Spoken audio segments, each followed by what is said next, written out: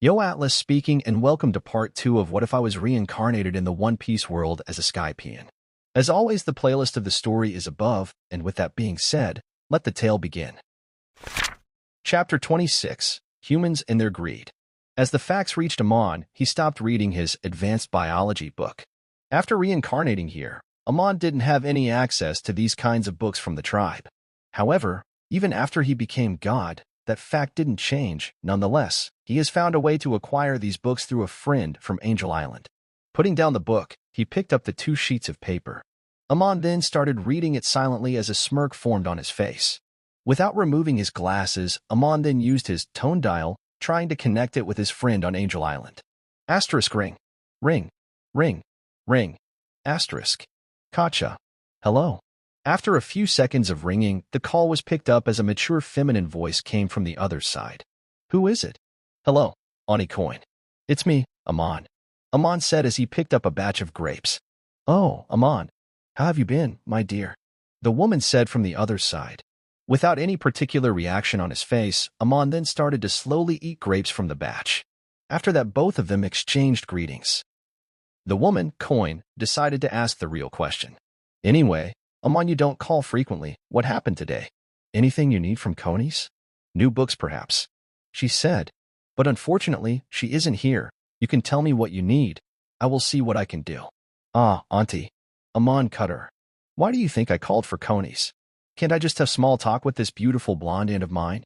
Amon said as he picked up another batch of grapes, having the previous one already finished. Fufu, are you a grown-up boy now? The last time we met was a few months ago. Who taught you sugarcoating in the short period? She said in an amusing tone. What sugarcoating? I always state the facts. Haven't you heard kids don't tell lies? Hearing him, the woman just laughed. Around a year ago, when he was newly selected as God, Amon went to Angel Island to fetch some medical books in disguise. There he met the Skypea arc's important figure, Coney's, also her father Pagaya, and her mom Coin, the one he's talking to now. He didn't recall Coney's having a mother, so she was most likely dead by the time of canon. Thinking if his presence had caused any changes or not, he decided to keep an eye on Coin that day. However, he didn't need to wait much, as a few hours later on that same day, a few pirates took her hostage as they hadn't paid the entry fee and were labeled as criminals, causing them to be chased by the White Berets. As even after the god changed, the White Berets still worked under the current god, meaning Amon, preventing things from getting messy. Amon was already there, so he didn't mind using this chance to show off his heroism. So he went ahead and beat up the criminals, saving the life of Coin in the process. He didn't reveal that he was the current god for specific reasons which will help him in the future. Despite this, him being Shandian was revealed. Seeing him risking his life for a random Skypiean, the Skypians' view on Shandia changed quite significantly after that. For a year already, Amon has been talking with them using a tone dial and frequents their place when he needs books. Naturally, his relationship with Coney's family became close. Their relationship with Shandia as a whole improved as well. Anyway, how has your health been up to? He asked. Want me, the doctor, to visit? No. It's all right. Just say what you want. I'm not a child who will be fooled by your sugary words. She said from the other side, even though she was enjoying the praises. All right. I'll be direct. Amon said, making her a little disappointed. You see, I was a little worried about you since a pirate ship has come to Skypea again. Just wanted to warn you to stay safe, since I might not be able to save you this time. Amon said out of goodwill, as her previous disappointment vanished in thin air, and a smile involuntarily blossomed on Coin's face. Oh, that's so sweet of you, she said. Well, anything else? Flipping on her back on the bed, she asked.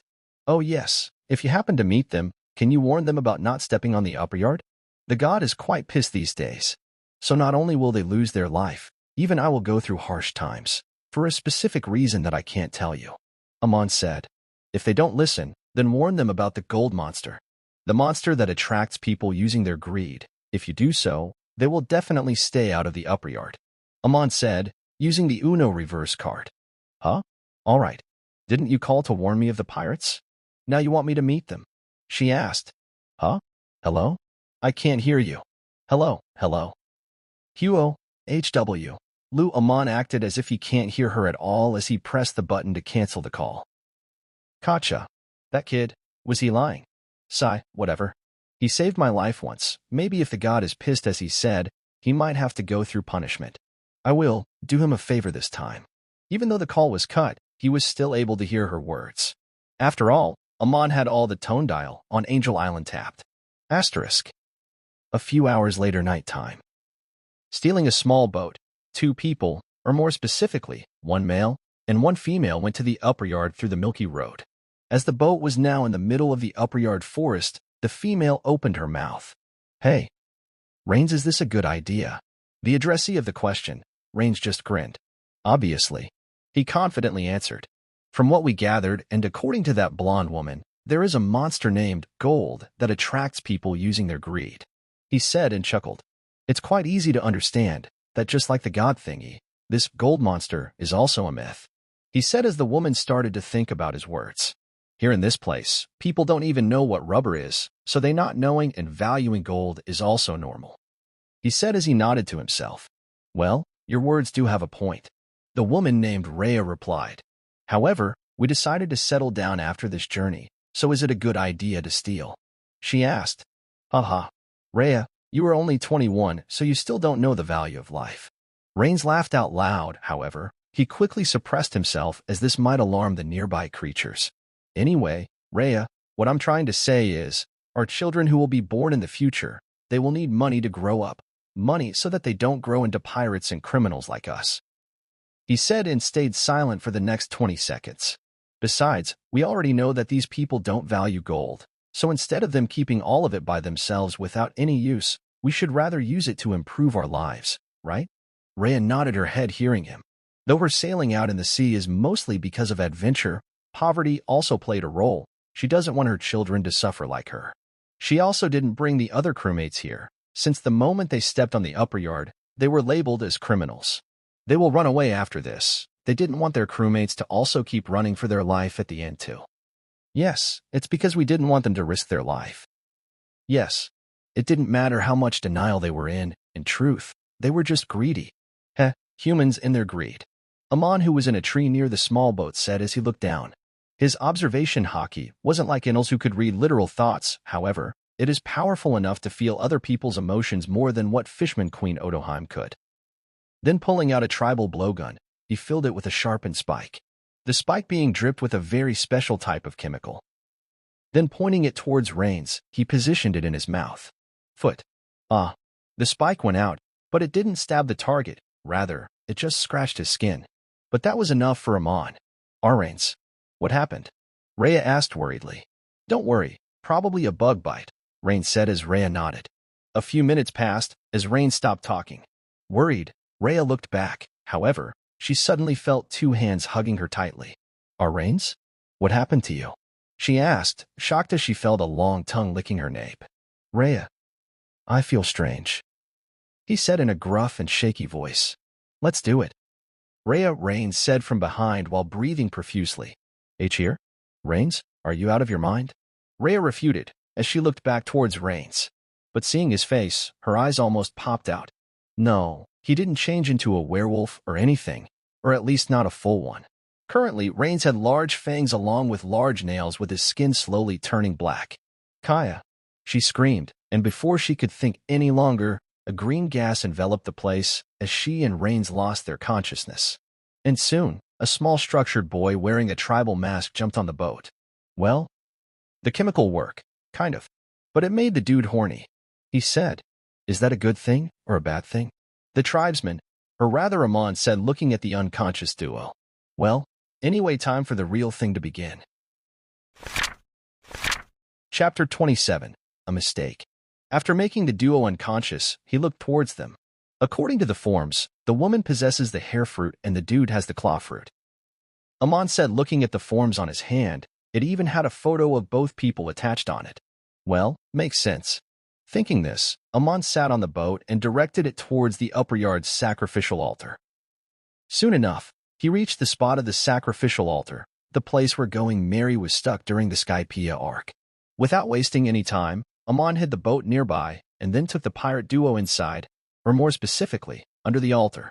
This is a place only accessible by a hidden door, which Amon encountered after searching for a few days. Previously in the altar, the room was vacant.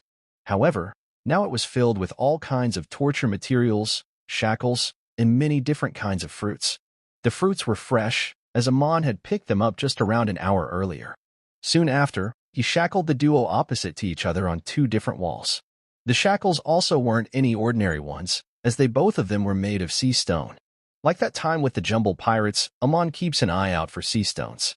In a lucky encounter a few months ago, Amon bought 3 shackles made of sea prism stone from a merchant ship which was in the sky for sightseeing, not before using a tremendous amount of cash obviously.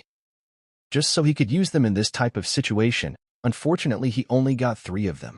A few minutes later, Amon was inside the basement. It was a single room with a heavy door made of gold. Amon was sitting in a chair that was leaning against the wall, while he was also resting his chin on his left hand, with his elbow placed on a table filled with fruits that were on his left side. A few minutes ago, he had used the antidote on the duo, so they would soon wake up. Currently, Amon was thinking of something interesting. I found something fascinating in an underground hall of this island. It's quite futuristic for a tribe. Shaking away all the thought, Amon then moved on to the 2 prisoners. A few minutes later, Rhea was the first one to open her eyes. She was surprised seeing around her. "You are up." A childish voice sounded out. Rhea looked in that direction. Her expression was surprising at first, but soon it took the form of anger. "What is the meaning of this?" she shouted. "Kid, who are you?" The woman, Rhea, tried to jump at Amon. She swung her arms. Ja. It took a few seconds for her to realize that both of her hands were shackled. Huh. Releasing a confused yelp, she looked at her hands and then moved her eyes around the room. There were knives, chainsaws, and sundials that she couldn't recognize, but strangely there were also many kinds of different foods, most of them of which she doesn't even know the name of. Where is this? No. First of all, who are you? Rhea asked, frightened. Where is Rains? All right, woman, calm down, Amon said while sitting in the chair. You have broken the law by trespassing the upper yard, the land of God. He said as he lifted and picked some papers from the table. These were the statement paper towards her. Normally, for this crime, you guys would just have been put in jail and become a slave of God for only 5 years or so. These years, you all would have helped the Shandians reconstructing the upper yard. However, Amon then picked up the 2 forms that the duo filled earlier that day. You 2 are unlucky now.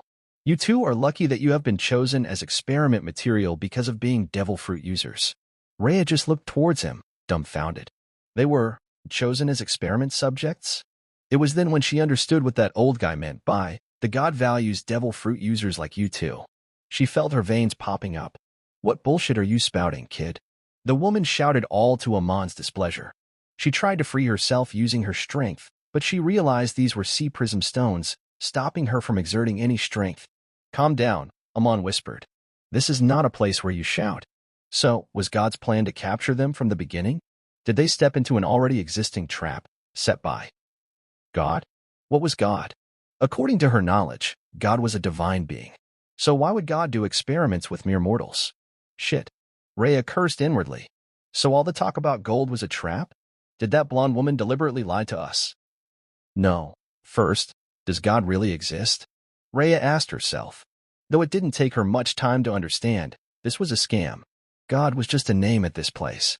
However, it's true that a God, matters not if real or not, has caught her here. While thinking, her gaze fell on the wall opposite to her. Her eyes instantly arched up seeing the person in front of her. In that wall, just like her soon-to-be husband, Rains, was shackled too, still unconscious. The dude has a weak body for someone who needs to fight hand-to-hand. Amon assumed someone with claw fruit must be a direct fighter. Meanwhile, Rhea was unable to hear any of his words. Her head was spinning. She wanted to scream, but she felt that would only hurt her own throat. No. That won't do any good. Then clenching her teeth, she started to think. I have to find a way to escape with Rains. She looked towards Amon. Though he was able to catch us off guard, he is just a kid in the end. We should be able to trick him. Seeing her staring at him, Amon released a sweet smile.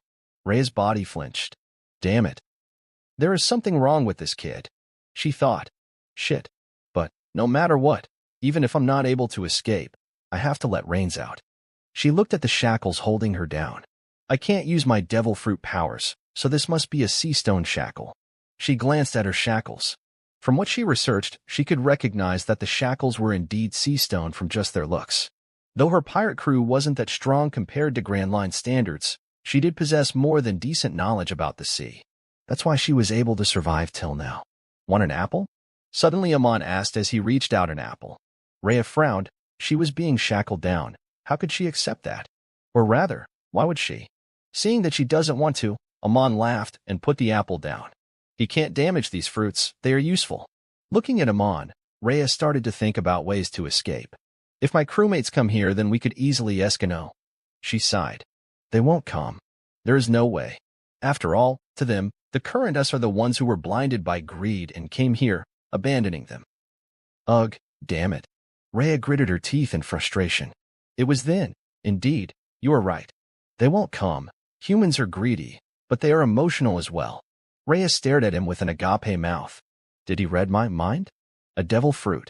To make his image seem more dangerous, Amon opened his lips. Yes, I can read minds. But it's not a devil fruit. Rather, it's a power only God possesses. Amon said as he crossed his legs. His words sounded completely truthful, just like a professional liar. And just like he wanted, Rhea gulped in fear. This will help him make things smooth. His words weren't completely false as well, as although he couldn't read minds, he could still feel the emotions of his target. Yet, those emotions are so accurate that it could be compared to a love parameter from dating sim games. It was then. Arg. Suddenly, hearing a grunt, Amon looked behind him. The other guy, Rains, was also slowly opening his eyes. You are finally up. Amon then stretched a little. He has been sitting in the chair for too long. Now we can finally start with the important thing. Saying this, Amon picked up more paper sheets from the table. He didn't want to waste more time talking with the dude. Anyway, now answer the questions. Picking up an empty paper, Amon said. However, the newly awake Rains didn't pay any attention to his words. Where? Rains exclaimed his surprise as he looked at his surroundings. When his eyes met the chest-naked Rhea, his head throbbed with pain. Rhea, what happened to you?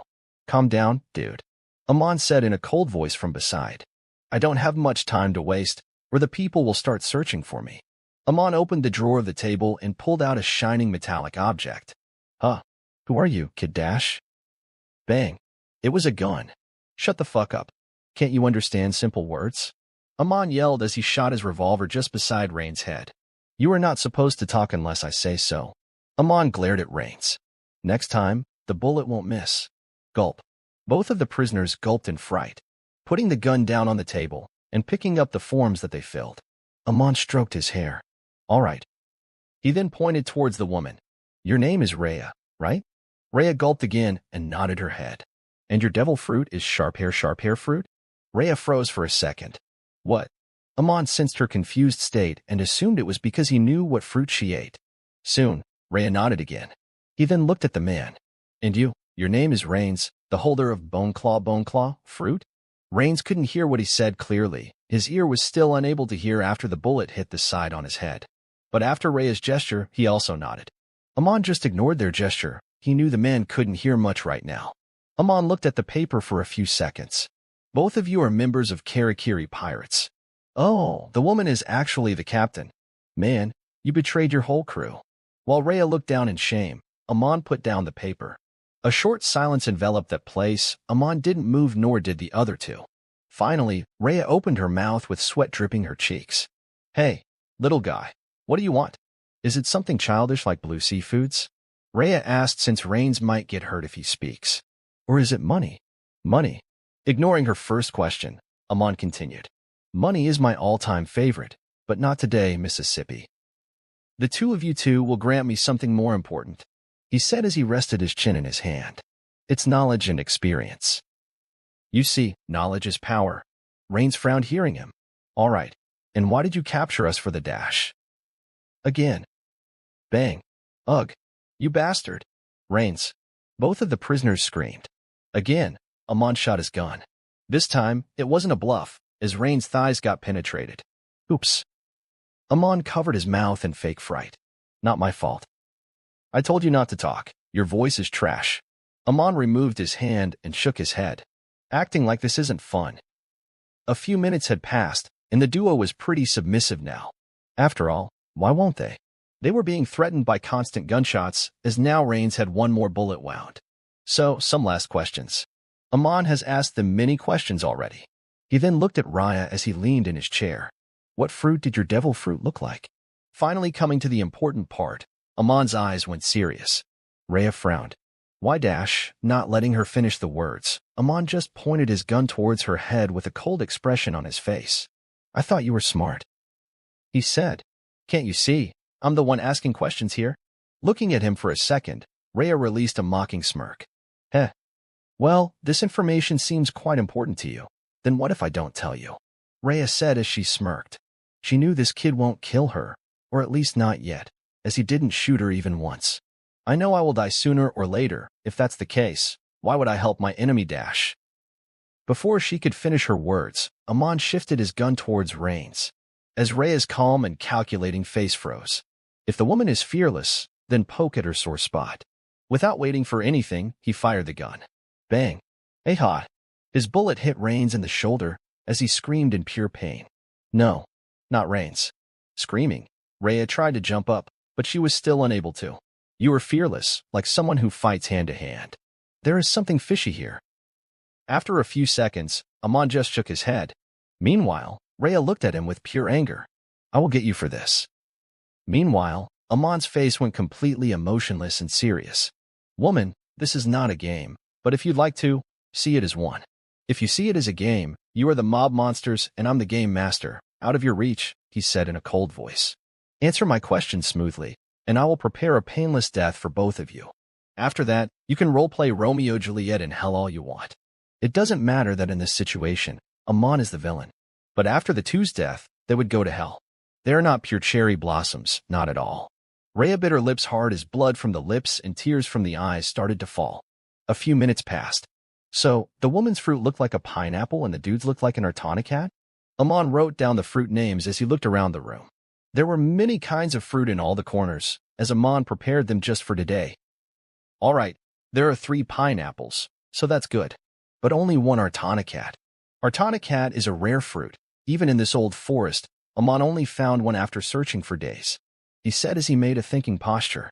Let me bring some more Artonicat from the forest, Amon said and got up from his seat. He didn't want to take a chance.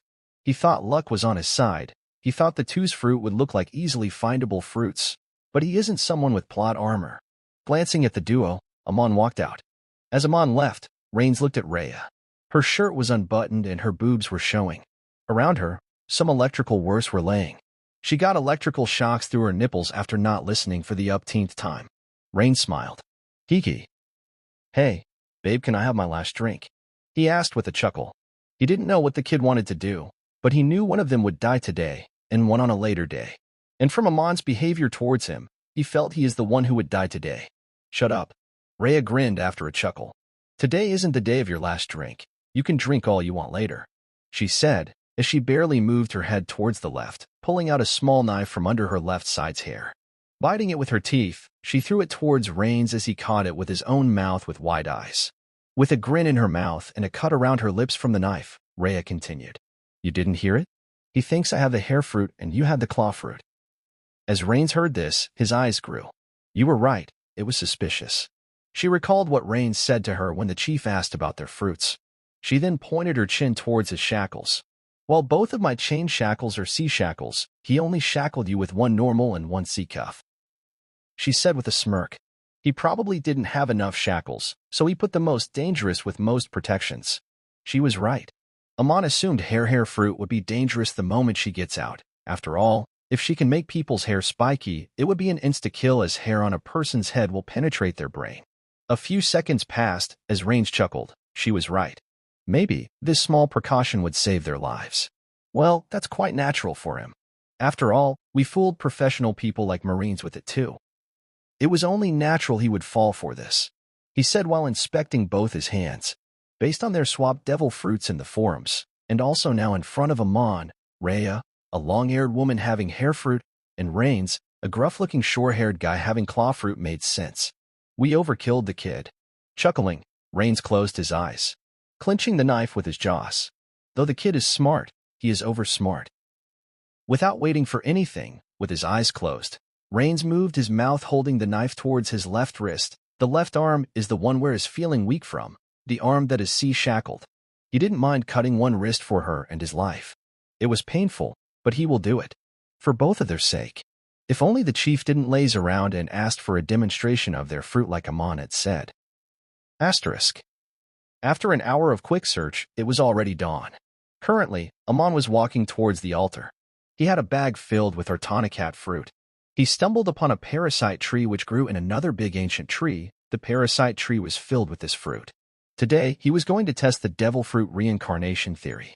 Though it was already proven in the show, he still had many factors that he was unaware of, like would the fruit only reincarnate in the closest fruit?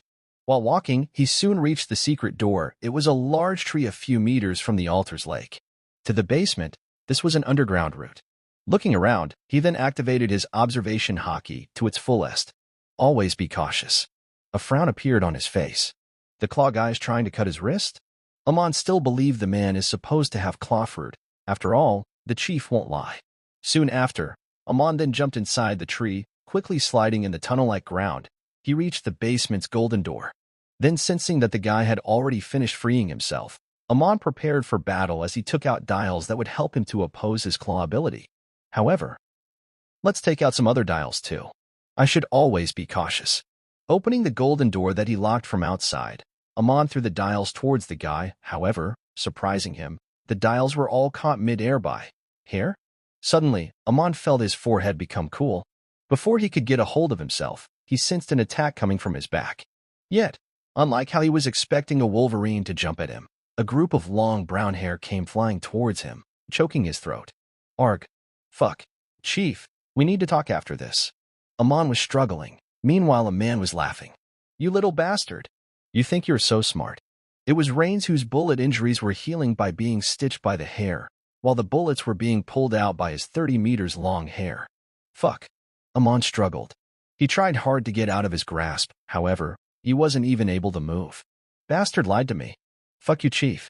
In his struggling moment, he then thought of another possibility. Or they swapped each other's fruit names and wrote it into each other's form. But why didn't the chief ask for a demonstration? Amon thought as his body lacked oxygen. And this is no spike hair. This is hair manipulation. A nerfed Doflamingo. Without any other way, he used Tekai to harden his body, especially his throat. Little fucker. Rains yelled as he started to choke Amon stronger than before. You won't be able to get out even if you struggle. Not only can I control hair, but I can also make them iron hard. Currently, Amon had his two arms tied together behind his back, so he was completely unable to exert any kind of strength. Haha. How does it feel now? Rain slapped Amon with his hair. Fuck, fuck, fuck, fuck, fuck. Meanwhile, Amon could only curse in pain. However, even that was soon to come to an end. As a few minutes passed, while the dude was not attacking him in any other ways than choking, he wanted to give Amon a painful and long death. The space around Amon became dizzy as his breathing became unstable. His Tekai was also giving up as his senses were perishing. Fuck. Foo. F. F. A.M. I am going through near-death experience for the third time. The world went dark, and he was feeling the same warmth of darkness that he once felt. Even Viper didn't make him experience this. So, well, I did expect this as well, but how do I throw the dials? In the end, he barely flicked the dial he had in his hands. His hands broke from the pressure. A light brought him on back from his dark world. In the end, this was not bad. I gained things that I didn't expect. Experience. But I'm not gonna let this happen. Ever again. Chapter 28. Devil Fruits. At the same time, the Shandians, or more specifically, all the raiders consisting of 110 Shandians were in the Angel Island, chasing after the Karakiri pirates. Here, they weren't picking a fight with any Slipians. Rather, after getting a hold of the Karakiri pirates, they were beating up the crew members harshly, and while they were doing so, many Skypiean were scaredly looking at this spectacle. After Amon went missing yesterday, the Shandians weren't worried at all, as he frequently does so. However, after receiving news from a boat owner that 2 Blue Sea pirates had sneaked up on the upper yard, they started to search for him in the forest, thinking that he might get hurt by Blue Sea pirates. You bastard. Answer, where did your captain kidnap Kami-sama? Wiper, the official 4th strongest Shanya, was pulling the collar of a member of the Karakiri pirates. The enemy was injured and was on the ground, while Wiper was lifting him up by his collars. "Wiper, don't lose control," Matt said from the sidelines, even though he also had a guy below him, beaten badly. Matt is Warashi's big brother. He is a few years older than him, currently being 27 years old. He looks just like Warashi, with his broad build, as he even had his stupidly serious face. The only things Warashi had unmatched with him is his black hair and midnight purple eyes. On the other side, the 9-year-old Raki had her hands on the hilt of her sword as they were shaking from pure rage and frustration. Even her eyes were shaking. She looked towards a female member of Karakiri pirates not so far from her, as she dashed towards her. Whoosh! As Selty taking out her sword from the scabbard, she slashed towards the woman. Clang! However, her attack didn't hit the woman, as a lance had stopped her sword. "Stop it, young warrior." It was Gan Fall who was on his Pegasus. "Don't hurt innocents," he said as he jumped down from the Pegasus, standing in front of the woman like a knight in shining armor. A frown appeared on Raki's face, as she then without any hesitation, slashed towards Gan Fall. "Shut up, you fallen bastard." Clang! However, her novice swordsmanship was nothing compared to a master lance user like Gan Fall. Clang! Clang! Clang! She tried hard to hit him from all directions, but Gan Fall stopped all of them, not even moving from his spot. "Ha! Ha! You!" She shouted towards Gan Fall while taking deep breaths. "Get out of my way. I have to know what they did to brother." Sigh. Gan Fall just sighed. "How will you ask questions if you just kill her?" he said with a helpless face.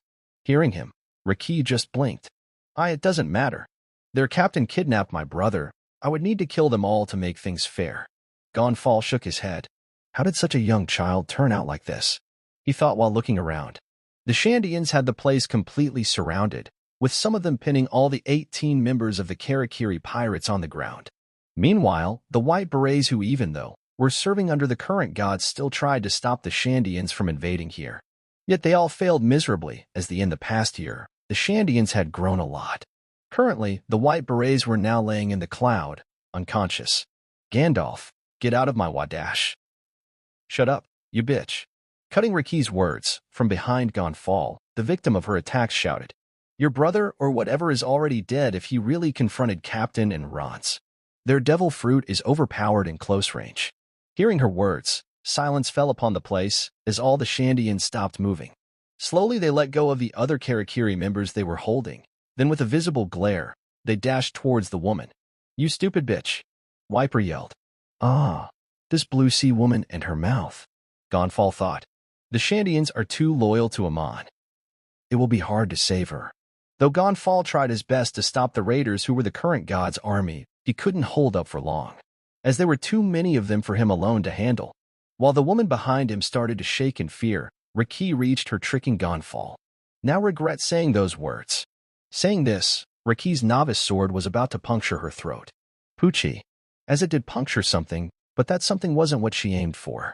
Because, just before her swords would have hit the woman, as if God's given, a south bird fell from the sky, right between the sword and her throat, dying meaninglessly in the process. It wasn't alone, as soon after, countless birds of different species started to fall down from the sky. Caw, caw, caw, caw, caw, caw. Making bird noises, the birds who were for some reason fleeing from the upper yard were losing their consciousness, being rendered unable to move and falling in the Angel Island in the process. Not only the birds though, as the next moment the kids of that area also started to fall unconscious. What's this? A type of paralysis gas? Or maybe, sleeping gas. But I don't smell nor feel anything. The Shandians were asking themselves, as a few people, along with Raki, also started to feel a little dizzy. This is this. Gan Fall had wide eyes as the other people looked towards him. Hey, you old man, do you know something? Wiper asked. I'm not sure, but I think this is a power similar to GOL. D. Roger, the Pirate King. Just as they heard it, ignoring the Karakiri pirates, a few Shandians rushed towards the upper yard. While the pirates showed confusion, power similar to the caking of the pirates? Asterisk. A few minutes earlier. Rain's POV. I look at the kid as I'm choking him with my hair. Foam is coming out of his mouth, and his struggles have almost stopped. Stupid bastard, I lost my hand for him. He even touched my babe's boobs. As anger again took over me, I gave more force on my hair, as his body jerked up, for the last time. Cock. The next moment, he isn't struggling anymore. The little bastard died. But I don't trust this kid, he might be acting. Thinking this, I then apply more force in his throat. His throat suddenly feels hard. Must be my imagination. Without taking any chances, I use more power in my hair, but he doesn't react. He is definitely dead. But what is this scent? Rains. Raya's voice cut my line of thoughts. Oh, Raya baby, I will free you soon. Wait a minute, Raya. I need to go for overkill dash. Not that. Look behind you. Huh? What does she dash? That fire. She screamed as I looked at my back. There, a bunch of oranges were laying, as they were burning, and a very small fire was generated, as it was about to catch my long hair that was laying on the ground. This is. Besides the orange, a dial was there while it was spitting out flame. Damn. This kid is a monster. I caught all of the strange dials this kid threw, yet, he managed to trick one of them off me. Or was it I who threw it here? Shit. As these useless thoughts were continuing in my head, in that short moment, a small end of my hair also caught on fire. Fuck. Who knew oranges were flammable fruits? Without any other choice, I had to move my concentration away from the kid, as I tried to extinguish the fire of my hair by stepping on it, though I still had my hair choking him. Huh? Suddenly, I feel. As if my consciousness was switched off, I lose control over my body as I start falling in the blazing oranges. General POV. From the dark world, Amon was saved by a small light. The light that was generated from a fire. Feeling his throat loose, he took some deep breaths as he regained his sense of sight. As the next moment, seeing the fire almost catch him too, he quickly jumped back a few meters away, while his back hit the wall. Huh.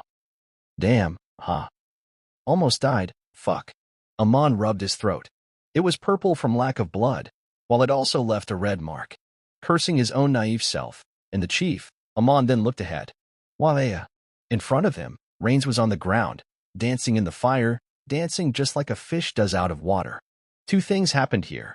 First was Amon's own plan. Second was his luck. Amon punched the wall. Fuck this shit. It didn't even take a second for Amon to understand what just happened. Yet, he cursed out loud. Who the fuck needs to return from death door to awaken conqueror's hockey? Amon stomped on the ground. A few minutes passed as he released a relieved sigh. Amon looked at his left arm. Even without the burst of hockey, he would have survived. He was always cautious, after all. Currently, his left arm hurts. Since previously, he threw the dials at a speed that his hand couldn't withstand. Yet, they were caught by Rain's hair. However, Amon had backup plans. At the last moment, while he was being restrained, he threw another dial, thus breaking his arm. So, his elbow was bent in a way it shouldn't. Ignoring the gross burning spectacle, Amon looked to the source of the fire. It was a batch of orange along with a blazed dial, the thing which caused his hand to bend. Looking at the dial, Amon fell on his butt. If I wasn't suspicious, I wouldn't have taken out the dial, let alone get enough time to throw it. Amon knew where Rains was standing. He knew where the dial would drop. It would drop behind Rains. Behind Rains, a bunch of oranges was kept. Orange is a burnable fruit, so it made sense that it made a fire. A few seconds later, Amon looked at his left. It's better to kill her here and now. At his left, there the woman, Raya, had her head down, as her body hung from the shackles holding her hands, proving her unconscious state. Amon shook his head seeing her in this state. At first, he wanted to use her as an experiment material, so he didn't harm her body. But reality is a bitch.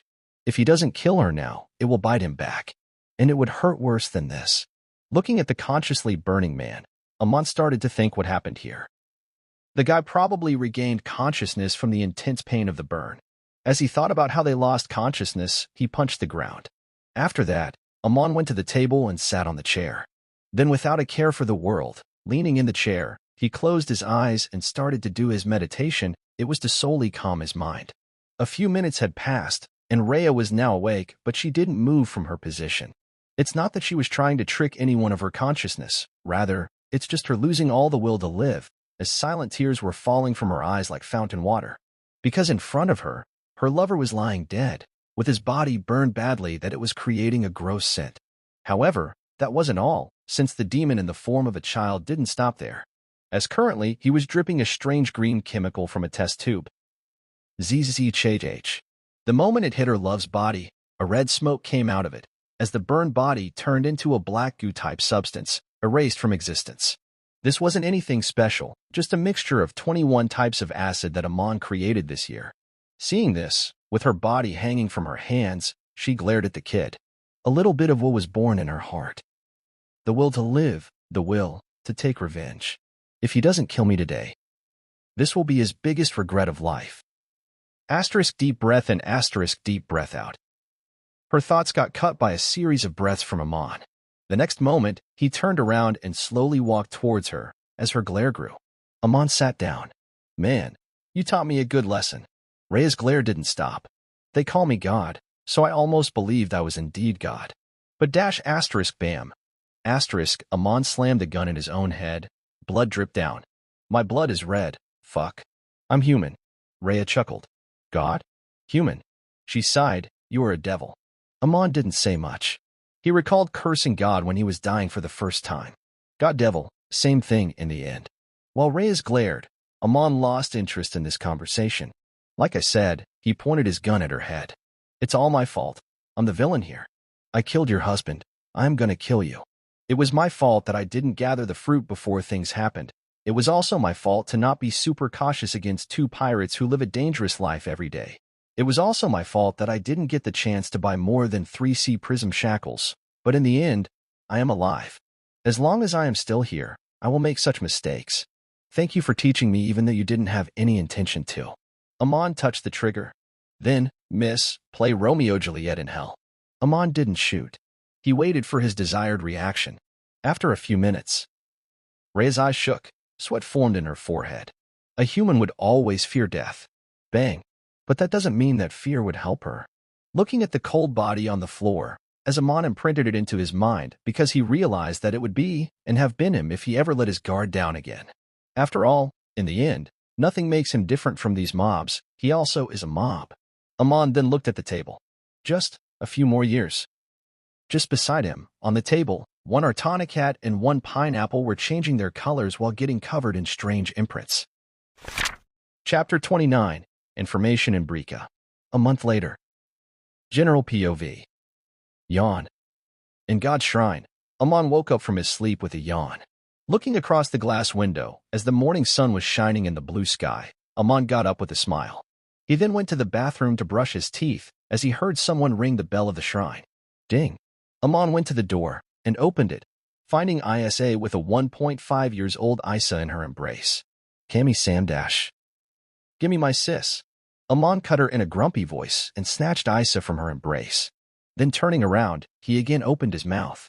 Have you come here to cook food? Remember, I won't eat if you keep calling me K my same. Amon said as he went in his room and sat on the bed with Isa while he turned on the TV dial. Isa just giggled from the sidelines. At first, it was convenient at how all the modern-day machinery had a dial version in the sky. Currently, Amon lives in the god shrine alone while the other Shandians live on the second floor of the cloud plate stuck on Giant Jack. Isa also lives there. The ruins on the second floor weren't as much destroyed as how he remembered from the anime, indicating that Enel was the one to destroy it mostly. So the Shandians now occupy that place after a little reconstruction until the main ruin gets fixed. Yaya. Wother, play some cartoons. Isa's childish voice rang in Amon's ears as he changed the channels. Amon did as she wished, as both of them started to watch cartoons while Isa cooked. Amon at first was surprised by these modern technologies, but after what he found underground, the secret place even below the main ruins, Amon doesn't get surprised because of these things anymore. The place where the Shandians currently live, the Giant Jack's second floor, it's a golden version of ancient Mayan architecture from his previous world. While most Shandians live there, the god's personal guard, the top 5 strongest Shandians lives in the same branch of Giant Jack as God's shrine, though the buildings are different. Because as personal guards, they have to be prepared to run to God's aid at any moment. The god's shrine, the room Amon is currently in, is better than even the best 5-star hotels from his previous life that he saw online. A place he never saw in real life. But now he lives at a place better than that.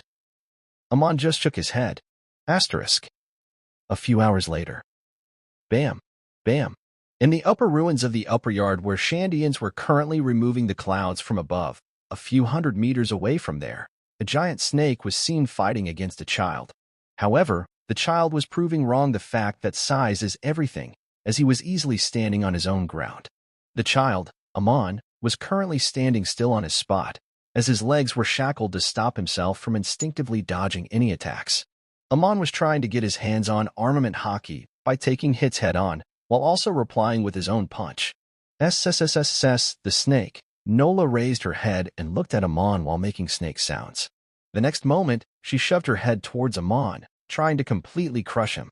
Seeing her head coming towards him at that speed, Amon flowed strength in his fist as much as he could as he punched towards her.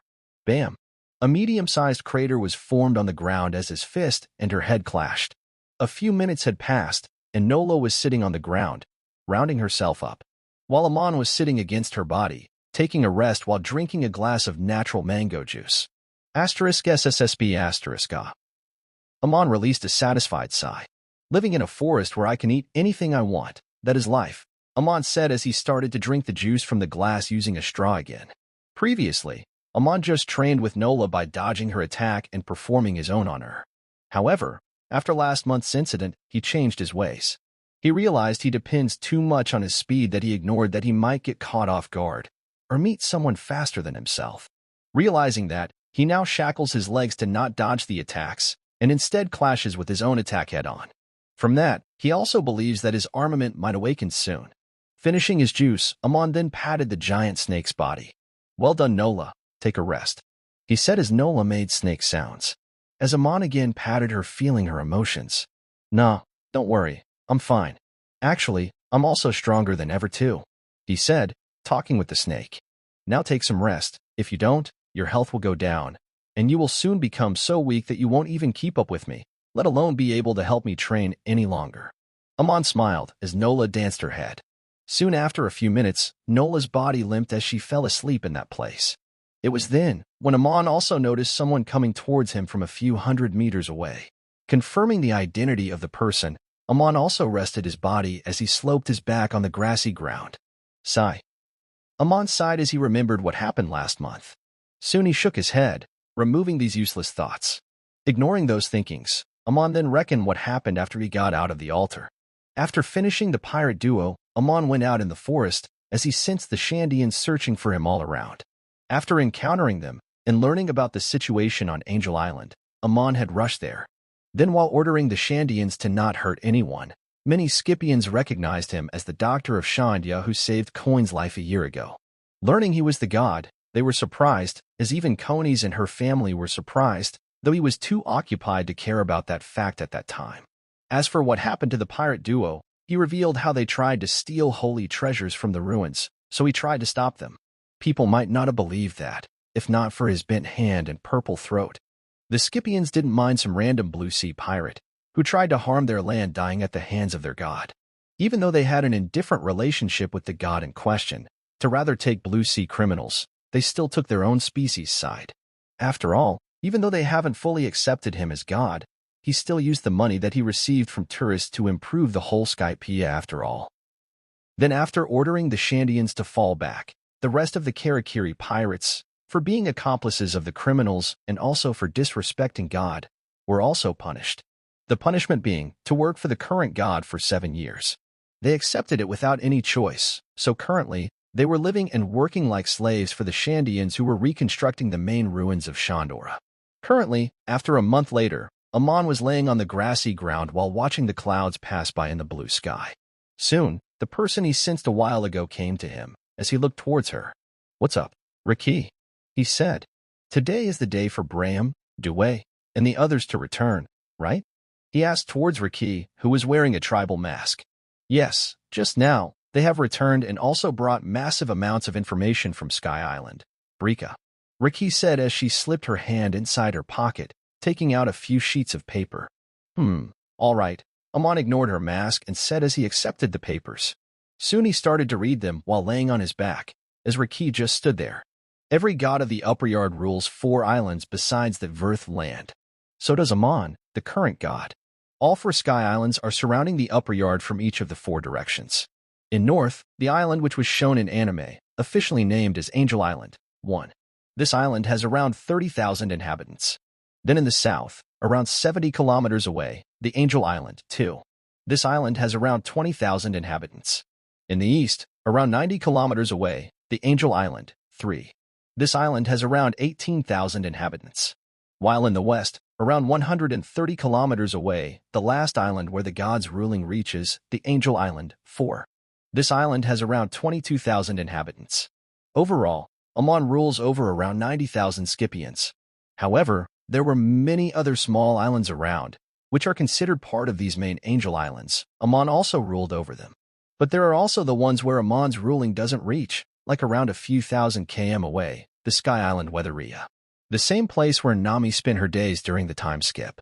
Likewise, Birka is also a sky island which Amon doesn't rule, as it is around 700 kilometers from here. This is the island where Enel and his priest came from, though after destroying it completely. Even from the anime, and after asking Coin and her family, Amon only learned that Birka is a place where the warrior race, Birkans, reside. Obviously, Amon wanted more details. And that was easy, as infiltrating Birka wasn't hard, since they allow visitors from other sky islands. Amon then smiled reading the information collected by Dewey and others. A few months ago, they were sent as a group of tourists from the other sky. The Birkans accepted them as honorable guests since they were the people directly under the god of another island. Amon then started to read out loud. Sky Island Birka is a place where warriors live. But they aren't a tribe like a Shanya, as they are a true lineage of warriors. Currently, there are around 3,000 Birkans on that island, and each one of them is a warrior. However, even though their number is short, they are strong enough to take over the other islands around them if they wanted to.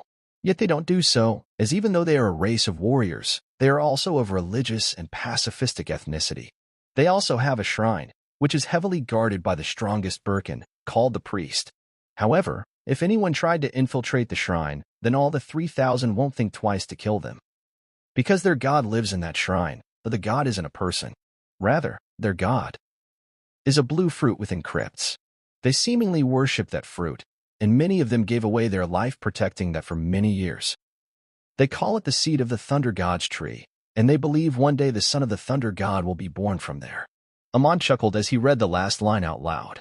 Seed of the thunder god's tree? Lame, he thought mockingly. Yet his chuckle stopped abruptly. However, this is a problem too. If they really are as strong as Dewey wrote, then just attacking them and taking Gorogoro and Nomi won't work, as it would be very hard, and might even be nigh impossible, for now. Amon sighed. Not only that, if I really attack them, and even if I win, I would only have to be satisfied with being at Enel 2.0 and dominate the Skypieans. But that won't work, as if I really want to increase my power, I need loyal subjects rather than fearful subjects. Besides, that's also not how a benevolent god such as I would do his work. He thought as he shook his head. Anyway, since I'm in the losing end, where the chance of the Shandians winning is still low, I will train myself and Shandians for a few more years.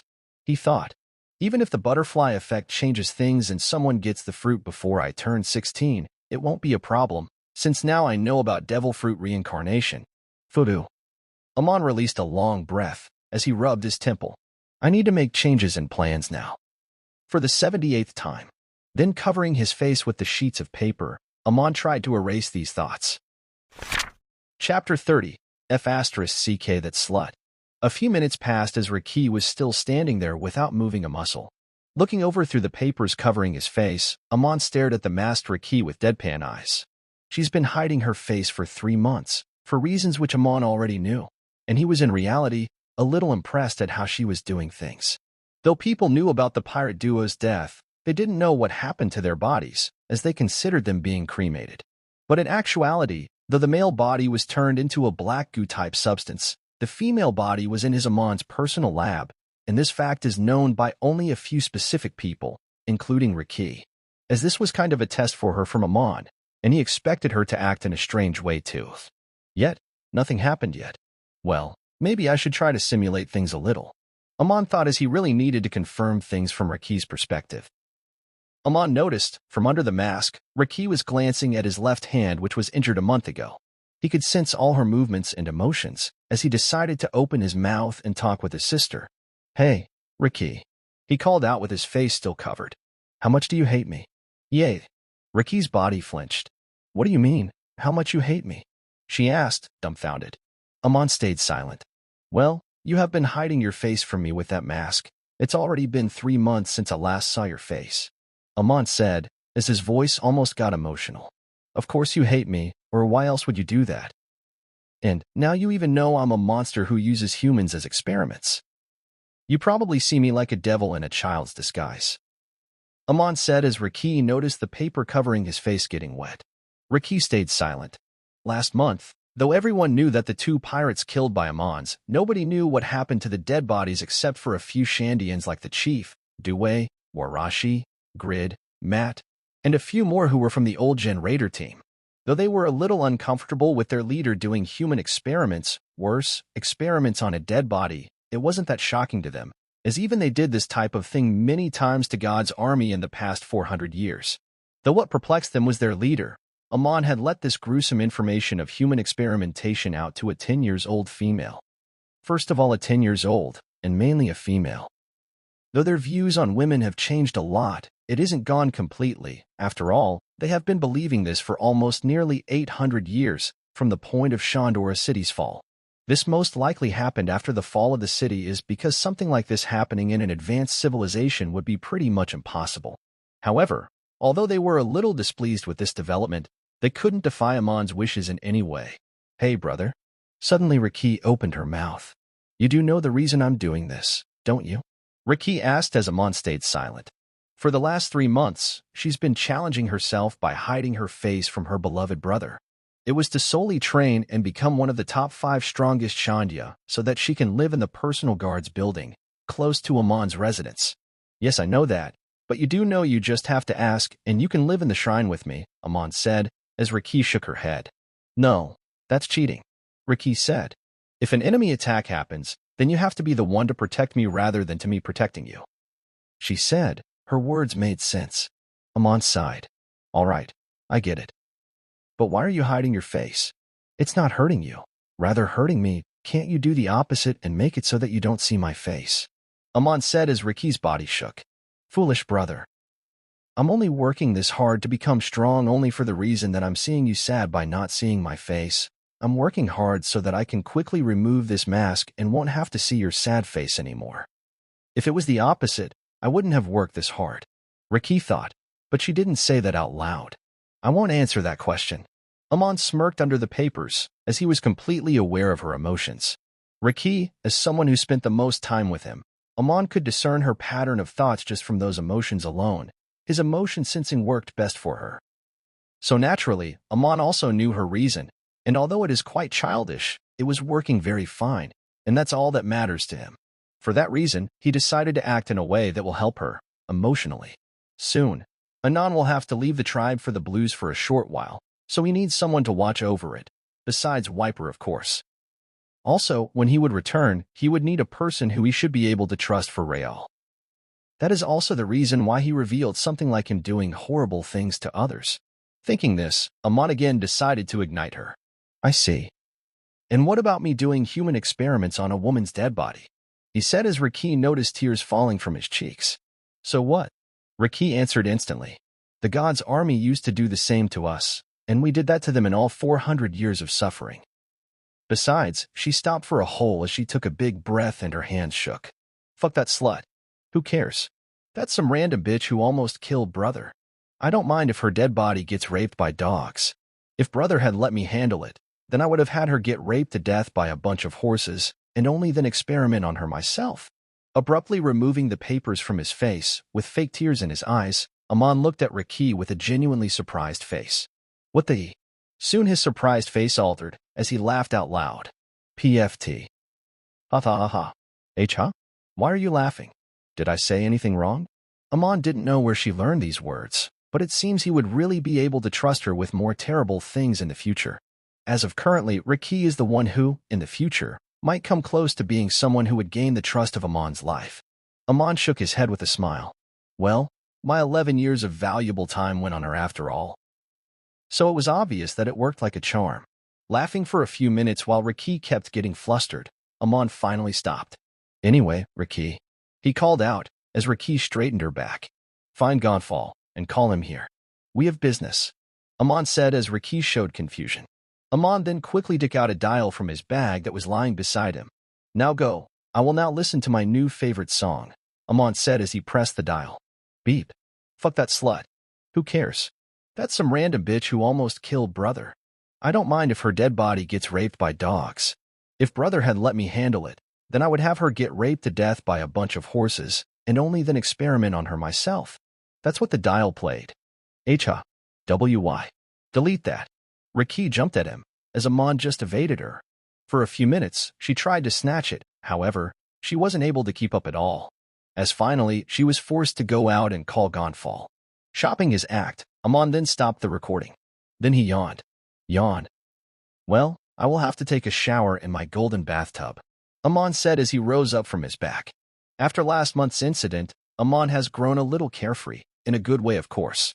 One of the reasons he messed up last time is because his mind was always filled with plans and the will to conquer, but now he realized, in the long run, he might die at any moment. His goal of absolute would end right at that moment. So, he realized, it won't hurt to enjoy the small breaks, rather to make more plans, would it? As he's flying at top of the giant jack with shooters, Amon took out a tone dial as he dialed a number. Asterisk ring. Ringkacha. Oh, it's the undercover god, is it? The feminine voice answered. Hey, beauty, I mean Ani coin. How have you been? Asterisk. Dying.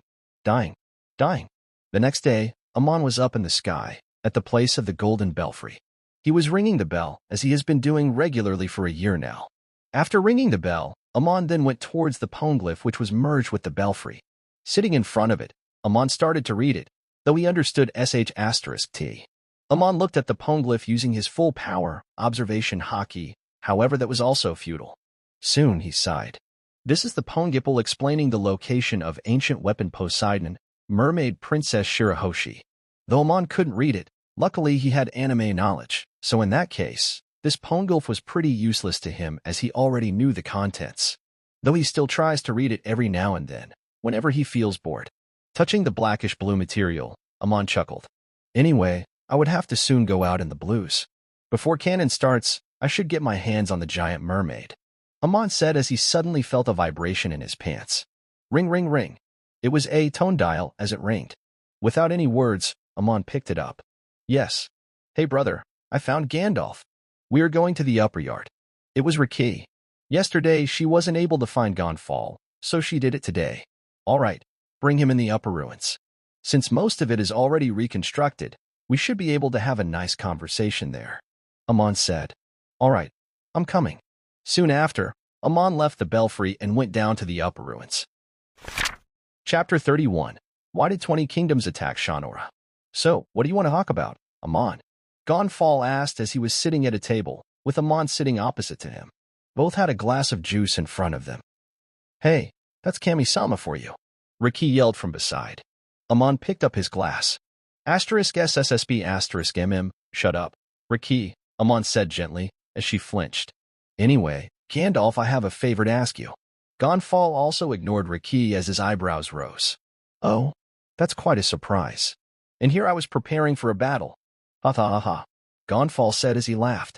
He wasn't sure why he was called. He knew that his relationship with Shandians had also improved, so harming him now would be unexpected. What?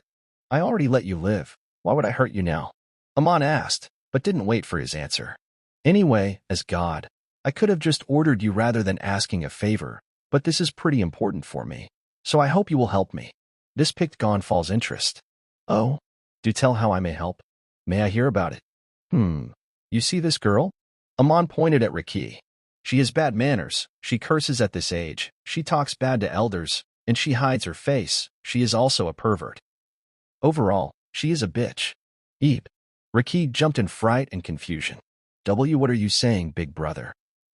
Under the mask, her eyes became teary. Oh, yes. I can see that. Gan Fall nodded as he remembered their previous encounters. So do you want me to teach her manners? Well, I'm quite good at it. Since before I became a god, I had to complete many kinds of courses. Pretty much, Amon replied instantly while sipping his juice. But this is a sub-job. Mainly, I want you to teach her swordsmanship. Gan Fall showed confusion. Well, you do know I use a lance, right? Gan Fall asked, as this time he also sipped his pumpkin juice. Oh, pumpkin juice. Thanks. Amon laughed a little seeing this. Anyway, as you said, you did all kinds of courses, didn't you? Amon asked. So you should know about swords too, even if it's a tiny fraction. Besides, the lance is not that different from swords, and you are the only one I know of who has knowledge in this category. Amon said. It's a request though. You can refuse if you want. Well, dash. Hey, what about my consent? I won't learn under a fallen god. Raki cut just as Gan Fall had opened his mouth. Consent? Is that something we eat?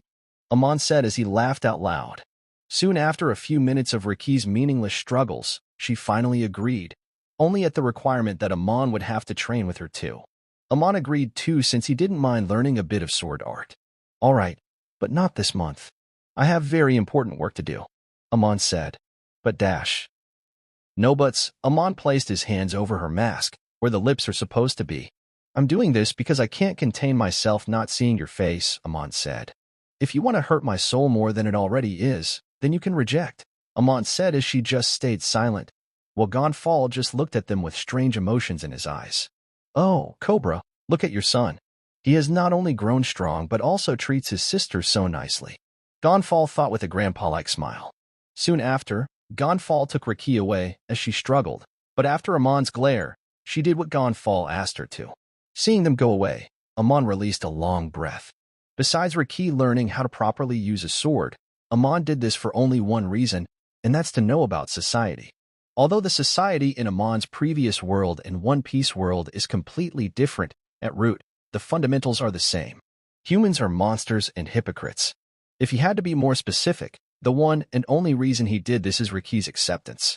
The current Raki accepts him with what he is, mostly because the people around her, the Shandians, view these evil and horrible things that Amon does as not-so-bad things, so Raki sees them the same.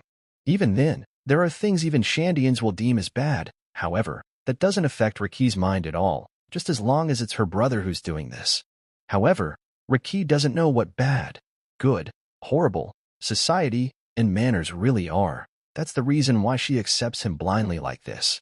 But in the long run, when her blindfold gets off, when she one day learns about them for real, then what? What will she do? Will she act the same when she learns about these so-called morals in this society of hypocrites? Or will she rebel? Only time will tell. Asterisk. Nighttime, a few days later, while Amon was sneakily walking around the main ruins of Shandora. People might look at this strangely, as to why God is sneaking around, but Amon had a genuine reason.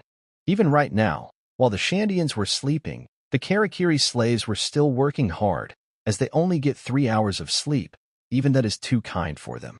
Soon, he came to the biggest golden structure located in the middle of the city.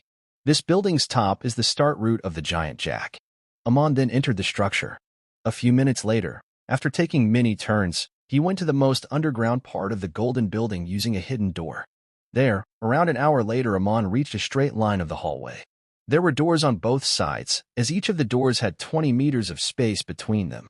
After taking a few steps, Amon turned at the door with 3 written on its front. This is his lab, the place where he does human research. Though currently he is only one test subject, who's also dead. At first, this location is only accessible by the hidden door. Even then, this is a confidential location, as only a few people know about the hidden door, let alone this lab. So there isn't much security except some scan dials in front of the door and also an electroformation of dials inside the room, which will shock people to unconsciousness, unless it's Amon.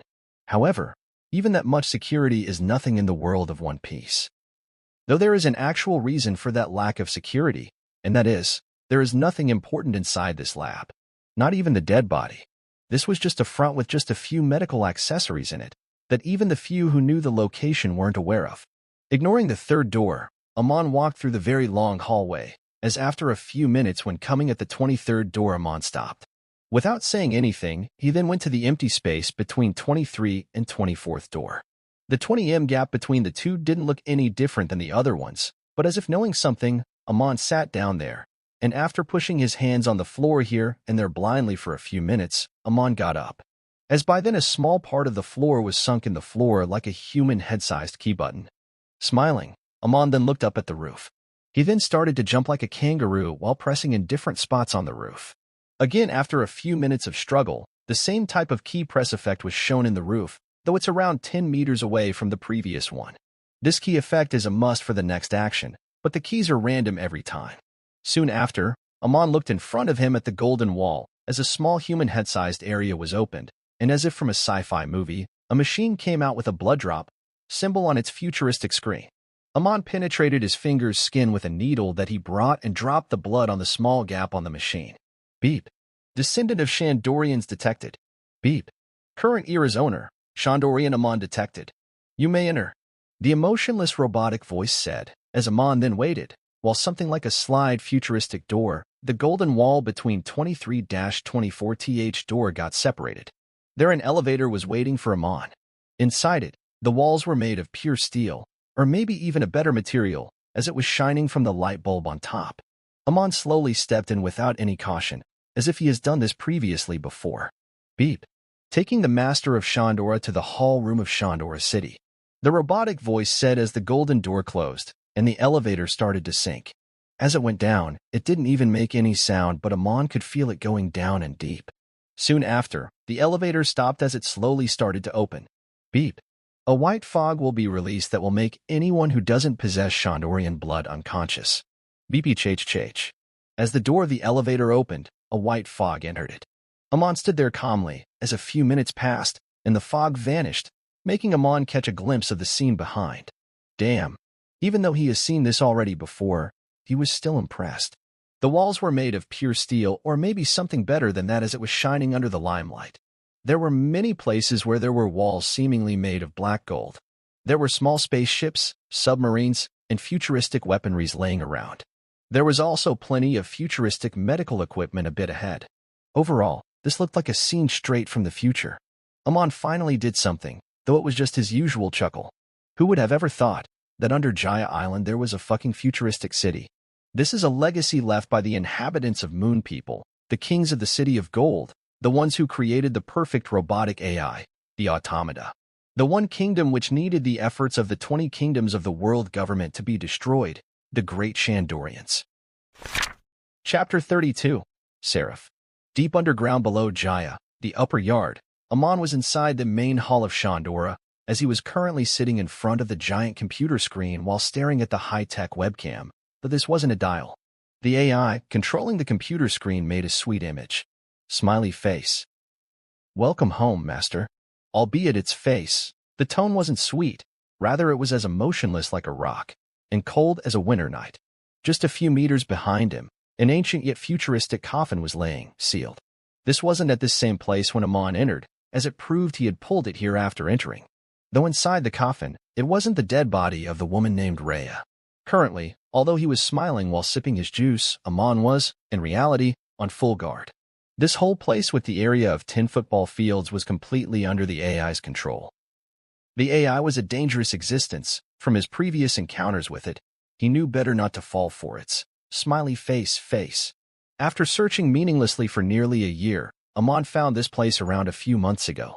Discovering an underground futuristic city-type thing was in itself a surprise, yet he even found an fucking dangerous AI. He was scared as fuck at first, but he soon calmed down, as he remembered about the android automatas in the moon. Inal space journey out. After going through some precautions like blood tests and lineage, DNA, tests, Amon was entitled as the so-called master of this place. Yet, the shitty AI won't let me access everything. It even has the locations of ancient weapons. Fuck. Amon cursed internally while still smiling. Though he was sure it wouldn't harm him yet, he was always ready to fight a battle. Does Conqueror's hockey work at AIs? He thought. Hello, Sarah baby, how have you been? Amon asked as he sipped his juice while looking at the webcam. The supercomputer, or more accurately, the AI was called Serif, was the receptor of the question. Amon calls her Sarah sweetly. I've been doing fine. The emotionless robotic voice echoed through the hall. Amon just smiled as it formed a crescent moon in his eyes. Fuck, I'm feeling unsafe. Amon thought with an internal gulp. He could feel the different kinds of weapons all around, but all that were just the ones outside. The dangerous ones were underground, inside the walls, and inside the rooftop. He felt they would come out of the wall and attack him the moment he tried to attack and destroy anything in this hall. Or even touch them, like what happened last time. Yes, Even if the AI calls him master, it still serves under its initial creators from 3 millennia ago and the masters from 800 years ago. It would have loved to do things according to Amon's asking if he was an actual Shandorian, not a half, like the Shandian tried. However, since the Shandorians have already gone extinct, there is no other way for her to complete the orders given to her by her actual masters, but to use the child in front of her. Amon couldn't use his observation hockey on the AI as it didn't have a soul. However, he knew at some point it would work. After all, the AI might not have a soul, but it does possess a will. That's the reason why it's still working according to its master's words. Amon knew completely that the AI was a dangerous existence, and according to its own words, it's been existing for more than 4 millennia. Amon just sipped his juice while resting his chin on his hand while smiling towards the AI, which makes a smiley face yet uses an emotionless tone. She supposedly can't feel any kind of emotion. Amon laughed mockingly, internally. Like I would believe that crap. Though he didn't know much, he was well informed about the existence of automata, the androids created by the moon's inhabitants. The automatas are supposedly able to feel emotions and were super loyal to its creators, as after the moon inhabitants left, they had been protecting the moon from alien invasions until their charge ran out. So Amon was sure the AI also feels emotions, as their creators are the same race. She is dangerous and smart enough to use a female voice patch. Amon thought, it's an instinctual thing that a male, doesn't matter if it's a human or not human, would feel less danger from a female than from another male. This could prove how knowledgeable and dangerous the AI is. However, it's not a perfect existence. If it was, it would have used a more happy tone in its voice along with that happy face of hers. If she said she does have emotions, I would have let my guard down a little. Amon sipped his juice. From someone from the modern world, I know better to trust an AI. At least not one that I didn't create myself. Amon thought silently. However, he was smiling happily in the front. Sarah, I have been missing you so much that I wasn't even getting good sleep. So I came to meet you. Don't you feel happy? Amon struck a random conversation while he glanced at the printer beside him. AIs can't feel emotio dash. Anyway, did you organize all the history into a summary? Amon asked as he interrupted her.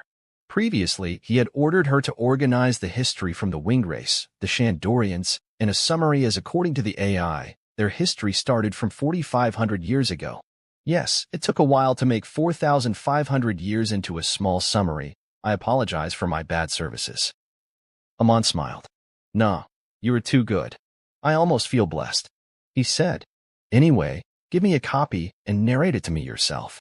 A few seconds later, many pages of paper came out of the futuristic printer.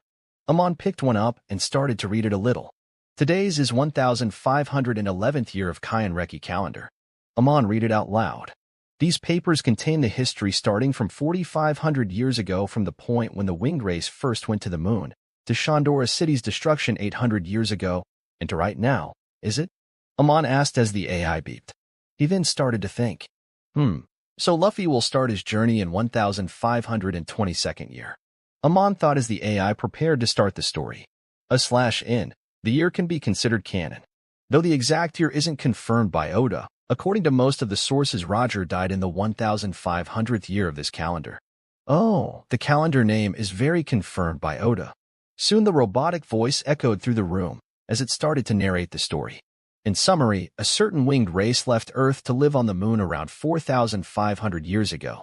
There, they incredibly advanced their technology and created an advanced civilization. As she narrated, Amon also read the same line. While living in that new atmosphere, their already existing wings mutated and they started to have 3 different kinds of wings, as it was the start of the subraces named Birkans, Skypieans, and Shandorians. There they also created a city. There, since the Birkans were the strongest, and some of the special mutated ones could even fly using their wings, the city was named Birka City of Moon. Amon nodded hearing her. He already asked her about the moving wings before and learned about this information, so he wasn't that surprised. Rather, he was disappointed. How disappointing. Amon shook his head, as he was kinda disappointed how the city was named Birka rather than being Shandora. Though in the end, he didn't care much. The 3 races together had also created the androids who were able to feel emotions, named automata. As she said, Amon looked at her webcam and smiled. And she said the best creation of the Shandorians can't feel emotions.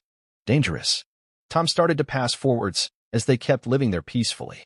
In the Wheel of Time, the three races' relationship started to worsen, though they never went into an all-out battle or war. Yet, wanting to take precautions, the Shandorians created me, the AI named Serif. Though the other two races did not know about it. Amon looked at the webcam surprised. Oh, happy birthday, I guess? The AI ignored his words and continued. Soon, around 1,000 years had passed, but no war had happened between them, as at a certain point onwards, space pirates, aliens were trying to invade the moon. The races had to work and fight alongside each other to repel the space pirates, so they tried their best to avoid a civil war. However, even though they tried their best to protect their land and the resources of the moon, as close to 3,000 years passed, the resources were running out, and their life was getting hard. So just around the start of the new calendar, 1,500 years ago, Amon thought. Around 1,700 years ago, by the time of their 2,800th year on the moon, most of the resources of the moon ran out. So, the three races decided to go back to the blue star, the Earth. In approximately 100 years, they did so using their own race's spaceships.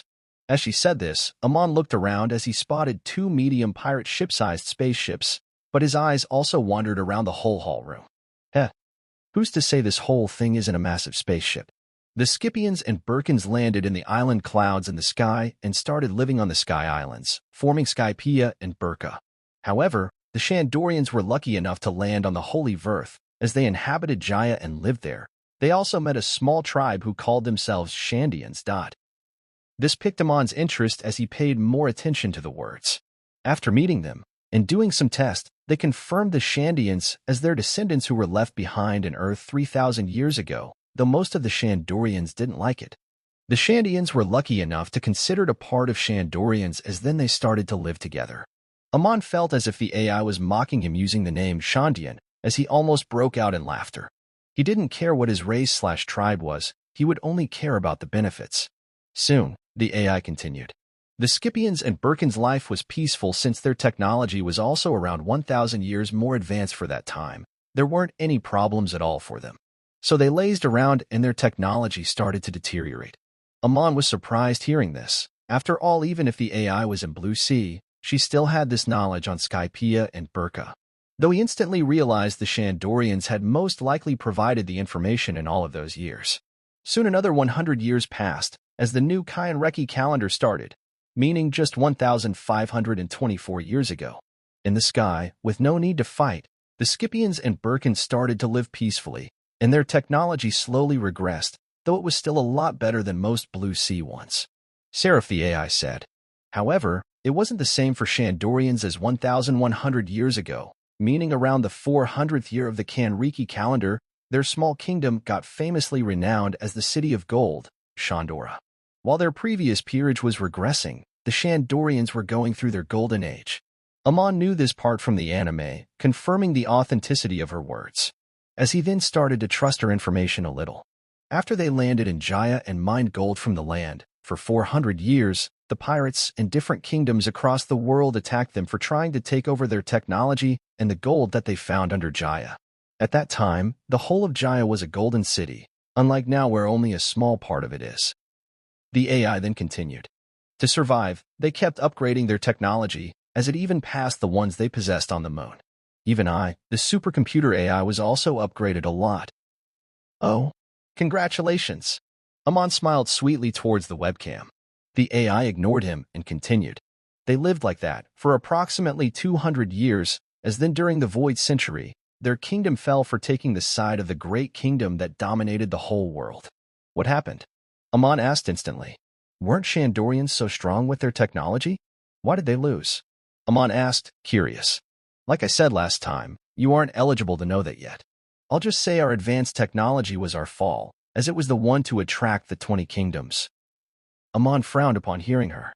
Even though the AI already considered him as master, she won't reveal the important things, not even let him touch the weapons around this place.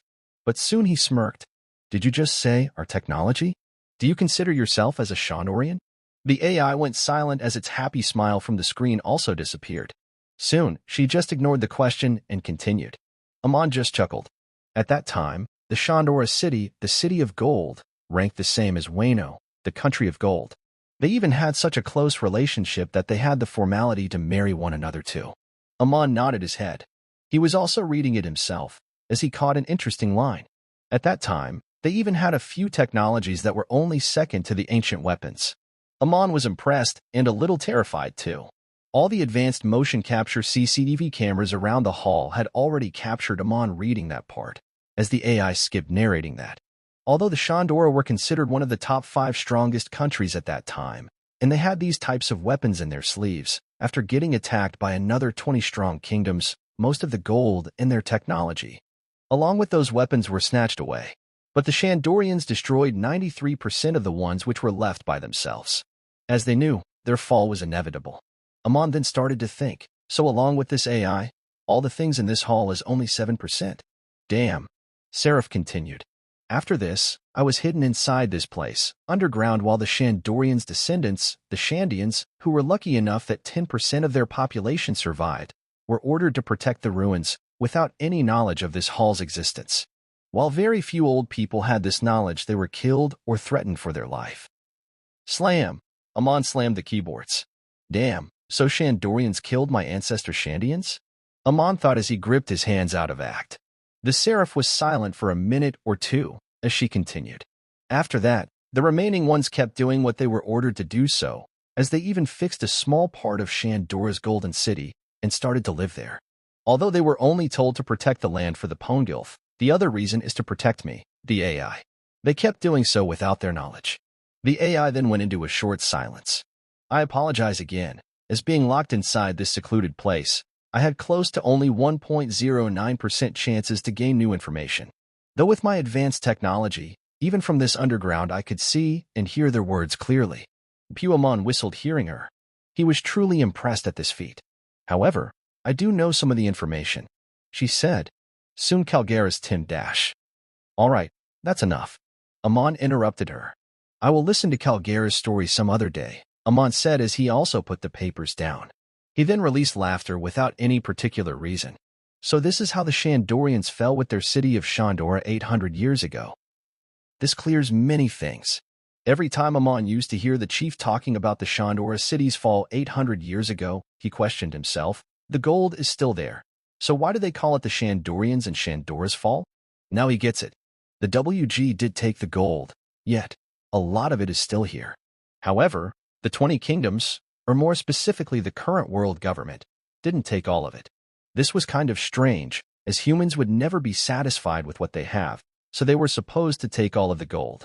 Obviously, unless they were satisfied with something more important, that being the advanced technology of Shandora, and most importantly, the life of Shandorians, the ones with the knowledge to create these technologies.